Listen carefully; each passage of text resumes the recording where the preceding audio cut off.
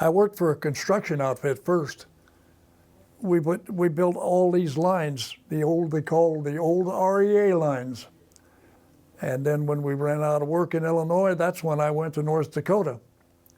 And when I came home from North Dakota up there, why, there was an opening for a lineman for anybody with the co-op. And I applied for the job and I got it. When my boss then was Jess Feets, and they were always talking about Jess, I lived right around the corner from him. So I didn't have to worry about if there was a storm or something and they needed to go to work.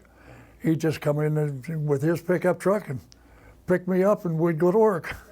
And I went from here to North Dakota, and then when I came back from North Dakota, this job opened up and they hired me.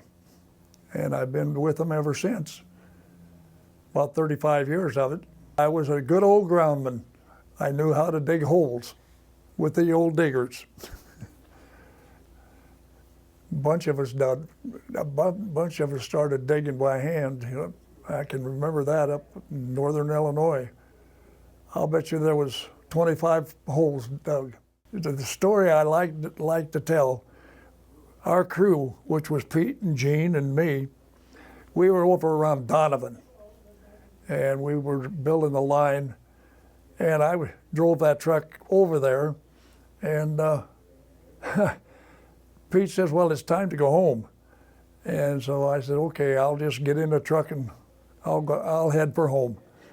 And I'll lay her right to the floorboards and just go like the dickens home. And there was a state trooper, and he says, Kenny, you can't drive it that fast. And I said, well, why can't I? Well, there's a speed limit on those trucks. I says, not this one. This only goes 20 miles an hour. Right outside of Gilman, I just went to work for the co-op, and this lady lived out in the country all by herself. They had that, with construction had put that line in. Every time she'd see me, Kenny, can you get me electricity? That's all she wanted was electricity. And finally, after a certain length of time, she caught me on the street and she says, Kenny, thank you. I says, I didn't have anything to do with it. She says, oh yes you did. But she finally had electricity and they were so happy to get it.